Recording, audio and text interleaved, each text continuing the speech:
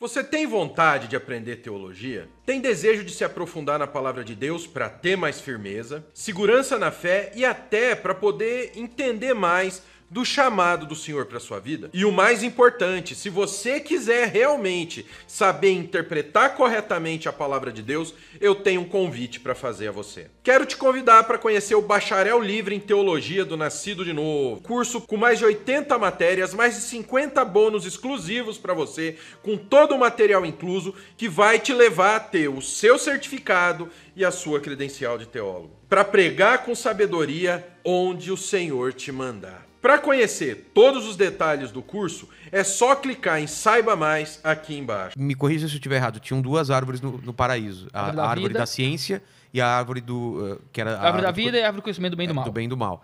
E uma era liberado eles comerem os frutos e outra não. Assim, no relato de Gênesis é uma coisa muito fascinante, assim. Eu acho demais, cara. Não, é fascinante. É lindo ler aquilo lá, eu acho demais. Você tem o relato da criação. Deus cria todas as coisas, peixes, animais, plantas e tal, e faz o mundo, né? Forma o mundo. Aí se o processo é evolucionário ou não, aí os teólogos... Se é 7 dias ou 7 eras... Pois é, os teólogos resolvem isso aí.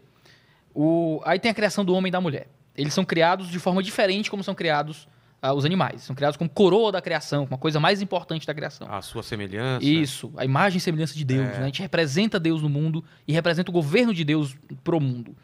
Então, ele dá todas as árvores do jardim para que o homem coma. A imagem que o pessoal tem é assim, ó, existe... E animais também? Ainda não. Adão e Eva não comiam animais. Cara, isso eu não sabia. Ele só passa a comer animais a partir de Noé. E você sabe por quê? Não me pergunte. Eu não sei. Tá, mas é bom saber disso, eu não sabia. Não sei, só a partir de Noé. Então os animais estavam lá convivendo para eles serem... Aparentemente não existia morte, não existia predação animal. Tá. Então não morria animal, né?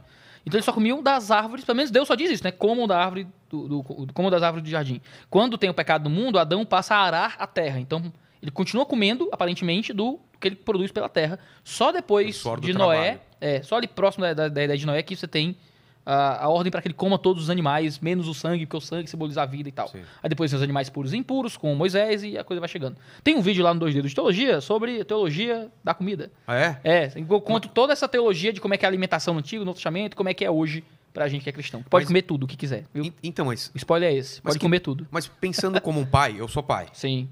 Se você fala para uma criança, pode comer tudo que tem nessa casa, mas esse doce aqui... Não pode. Não pode. É o primeiro que ele vai. Exatamente, cara. Por que ele fez isso com Adão e Eva? Falou assim, era só esconder, era só não deixar. É assim, ó, mãe fala, Adão e Eva, olha esse paraíso, pode pegar tudo, mas aquela fruta lá não pode.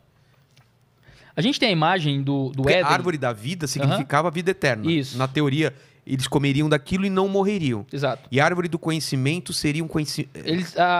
O hebraico é um pouco intrincado, mas os teólogos têm concordado mais hoje que a ideia é que eles teriam poder para arbitrar o bem e o mal. Arbitrar? Então a ideia do conhecimento do bem e do mal era um conhecimento de... Eles iam ter a capacidade agora de definir para si o que é o certo e o que é errado e não mais receber isso de Deus. Mas então, antes disso, como que era a definição de bem e mal? Era uma conexão direta com Deus? Eles não pecavam, eles não erravam, eles viviam uma vida justa e correta. Eles não tinham o pensamento mal. Não existia. Agostinho vai dizer que Adão e Eva podiam pecar ou não pecar. Eles tinham um total livre-arbítrio. No sentido de que a vontade deles era livre. Isso que eu queria... Eles já tinham livre-arbítrio. Tinham uma vontade plenamente livre para viver sem pecado. Eu não consigo fazer isso. Eu não posso não pecar. Sabe? É impossível. Eu tô vivendo constantemente seduzido pelo pecado e escolho o pecado. Mas era mais fácil na época da Adão e Eva, que não tinha Twitter para pecar. Twitter é um problema. Não tinha trânsito, entendeu? Era árvores, animaizinhos bonitos, não tinham dinossauros. Entendeu? Para comer eles. Então era isso. Então, peraí, deixa eu concluir essa explicação. Então, você tá falando do que agora? Adão e Eva, ainda no jardim. Tá. Você fala... A imagem que a gente tem assim, tem lá um monte de árvorezinha, fuleiragem, coisinha triste, e tem uma colinazinha, tem uma luz que desce do céu e tá lá a árvore, que não pode, entendeu? E a narrativa não diz isso. Diz que assim, Deus deu todas as árvores para que eles comessem, mas colocou no jardim a árvore do conhecimento do bem e do mal e que eles não podiam comer dessa. Por quê? O que a gente tem ali é a chamada cláusula de saída. Havia Adão e Eva e havia Deus e não havia outra alternativa. E como é que esse relacionamento é real se não há outra alternativa? Se só tem tu e tua mulher no mundo e vocês se encontram, é o único homem, é a única mulher? Vocês não se escolheram. Não houve escolha. É vocês, tá ligado? A única coisa que garantia que aquele relacionamento de Adão e Eva com Deus era real é que havia como sair desse relacionamento. Entendi. Então tava ali a cláusula de saída. É apertar esse botão aqui. e vocês dizem que não me querem mais. Mas eles sabiam disso? Eles sabiam disso, que Deus disse isso pra eles. Não comerás dessa árvore do jardim, porque no dia que você comer essa árvore, você vai morrer. É isso, você vai morrer se você comer disso aqui. E o relato diz que Eva foi seduzida por Satanás, Adão também é seduzido, a árvore parece gostosinha, rapaz, vamos comer. Comem, então entendem que estão nus, sentem vergonha da própria nudez. Deus aparece, eles se escondem, né? Então eles são removidos. Deus poderia ter matá-los, poderia ter matado eles imediatamente, mas Deus faz uma promessa. A promessa que está em Gênesis 3 é que viria do ventre da mulher alguém que nasceria e que pisaria a cabeça da serpente, que ele simboliza Satanás. Né? E que essa serpente teria a cabeça pisada por esse homem e que o calcanhar desse homem seria mordido pela serpente.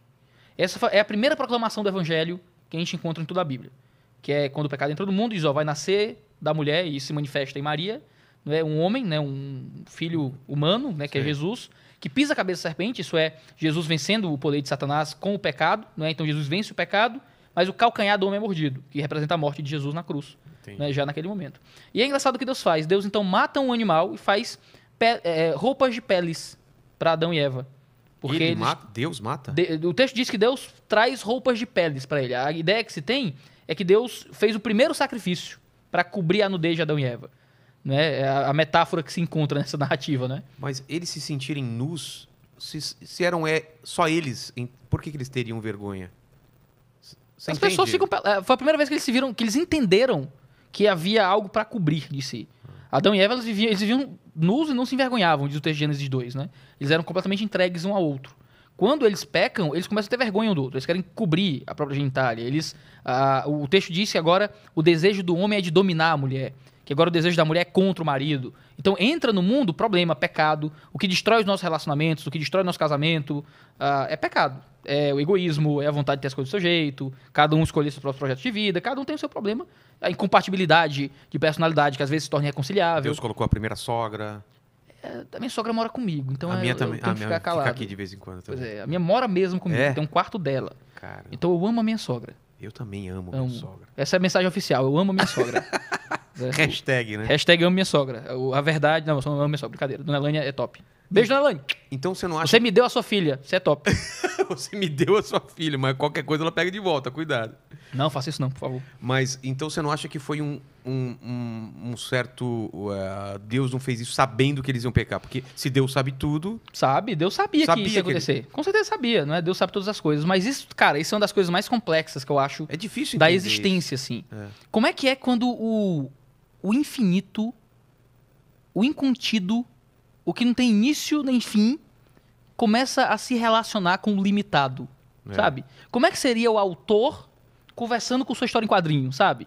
E é o que a gente tem no relacionamento de Deus com o homem. Quando a história em quadrinho se dá conta que eles são personagens de história em quadrinho. Como é que funciona isso? Eu tenho liberdade, eu sou livre, mas ao mesmo tempo há um Deus eterno que vê toda a história como um todo. Ele não está limitado ao passar do tempo.